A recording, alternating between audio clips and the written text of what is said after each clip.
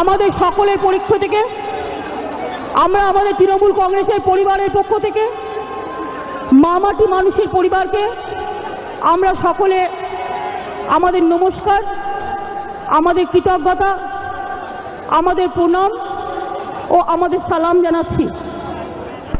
আমি বাংলার এবং ভারতবর্ষের এবং সারা পৃথিবীর অনেক মানুষ যারা আজকে এই নির্বাচনের দিকে তাকিয়েছিলেন তাদের সকলকেই অনেক অনেক কৃতজ্ঞতা জানাচ্ছি। এখনো কাউন্টিং শেষ হয়নি, কাউন্টিং চলছে। এই অবস্থার মধ্যে দিয়ে আমি জানি প্রেস মিডিয়া অযথা সাধারণ মানুষ সকাল থেকে ফোন করছেন এবং অপেক্ষা করছেন।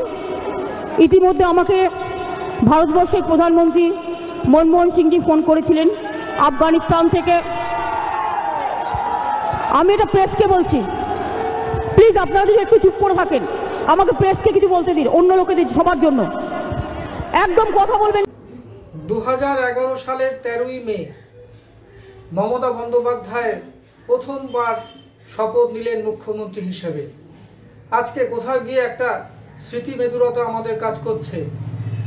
বলা যেতে পারে ভারতবর্ষ কেন তথা পৃথিবীর একজন মুখ্যমন্ত্রী যিনি প্রায় 34 থেকে 35 বছরের একটা শাসন ক্ষমতাকে পুরোপুরি পরাজিত করে প্রথমবারের জন্য তিনি শপথ নিচ্ছেন এই আজকে এই 13 তারিখ।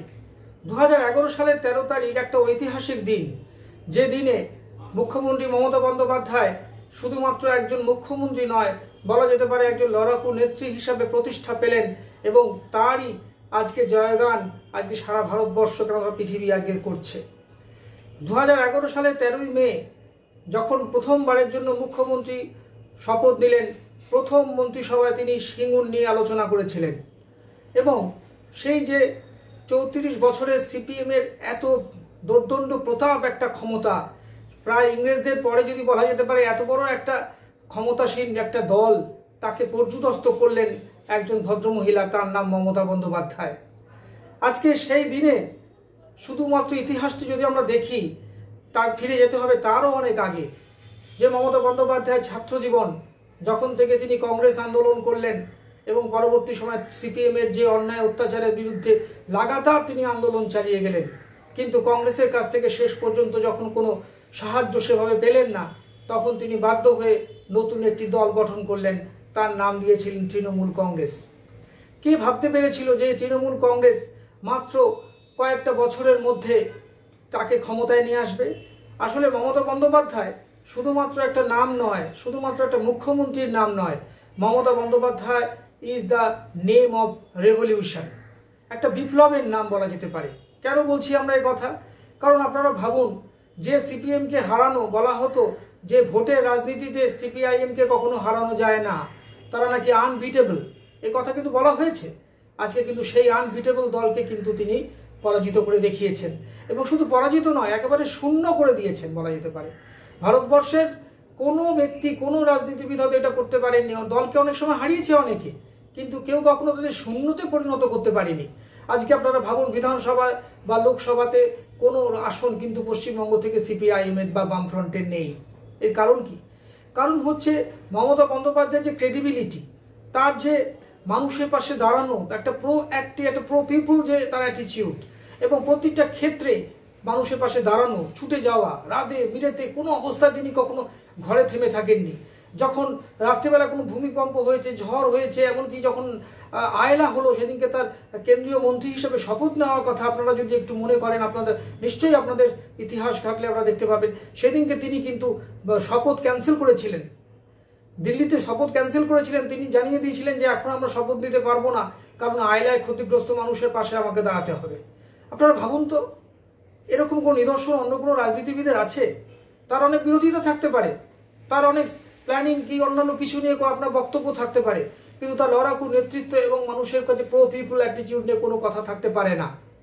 কোনো রাজনৈতিক দল এরকম জায়গায় উচ্চতায় পৌঁছতে পারেনি, কোনো রাজনৈতিক নেতা এরকম উচ্চতায় পৌঁছতে পারেনি। আজকে তার বিরোধিতা কেউ করতে পারছে না সেভাবে। কেন সফল হচ্ছে না? আজকে শুভেন্দু অধিকারী বলুন বা সিপিআইএমের অন্যান্য সুজন চক্রবর্তী বলুন বা কংগ্রেসের অধীর রঞ্জন চৌধুরী বলুন, কেউ ওই হাইটে যেতে পারছেন না। তার একটাই কারণ, মমতা অল আউট খেলেছেন যাকে বলা যেতে পারে, রাজ্য জুড়ে এবার চষে বেরিয়েছেন। প্রত্যেকটা ওয়ার্ডের নাম, প্রত্যেকটা ব্লকের নাম তার মুখস্থ, তার বিভিন্ন নেতাদের নাম তার মুখস্থ, নাম ধরে ডাকেন তিনি।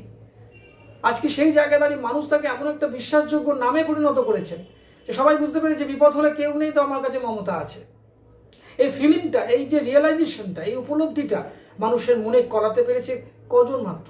ডক্টর বিধান রায় পড়ে বা নেতাজি সুভাষচন্দ্র বসুর পরে সেইভাবে কিন্তু জননেতা বলতে আমরা যদি বুঝি, আর কিন্তু সেভাবে কেউ উঠে আসেনি। জ্যোতি বসুকে অনেকে জননেতা বলেন, কিন্তু তিনি কিন্তু এলিট ক্লাসের ছিলেন। তিনি ব্যারিস্টার হয়ে বিদেশ থেকে এসছেন, বাংলায় ভালো লিখতে পারতেন না, সেটা অন্য ধরনের একটা ওনার ক্লাস ছিল।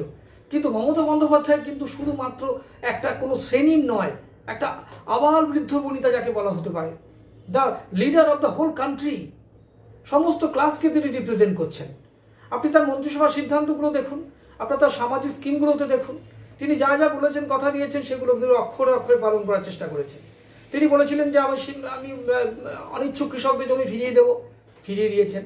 তিনি বলেছেন মহিলাদের এম্পাওয়ারমেন্ট করব, তিনি করেছেন। কন্যাশ্রী নামক যে প্রকল্প করেছে সেটা বিশ্ব দরবারে সেটা প্রশংসিত হয়েছে। সুতরাং কোনো একটা জায়গাতে আপনি স্টুডেন্টস ক্রেডিট কার্ড থেকে শুরু করে লক্ষ্মীর ভাণ্ডার একটা অভিনব, আজকে তাকে ফলো করছে সবাই। অন্যান্য যে রাজ্যের যারা মুখ্যমন্ত্রী আছে তারা ফলো করছে মমতা বন্দ্যোপাধ্যায়কে। সুতরাং এরকম একটা নাম, একটা এত বড় একটা অ্যাক্টিভিটিস, এই সব কিছু মিলিয়ে কিন্তু মমতা বন্দ্যোপাধ্যায়। এখানে মমতা বন্দ্যোপাধ্যায় আজকের আমাদের ফিরে দেখার সময়, যে প্রথম 13ই মে তিনি শপথ নিয়েছিলেন, এবং সত্যি আজকে দেখতে দেখতে এতগুলো বছর হয়ে গেল, এবং সত্যি সত্যি তার বিকল্প কেউ তৈরি হলো না। আগামী 2026-এও আমরা আশা রাখবো এবং তিনিই আবার মুখ্যমন্ত্রী হিসেবে শপথ নেবেন। নমস্কার।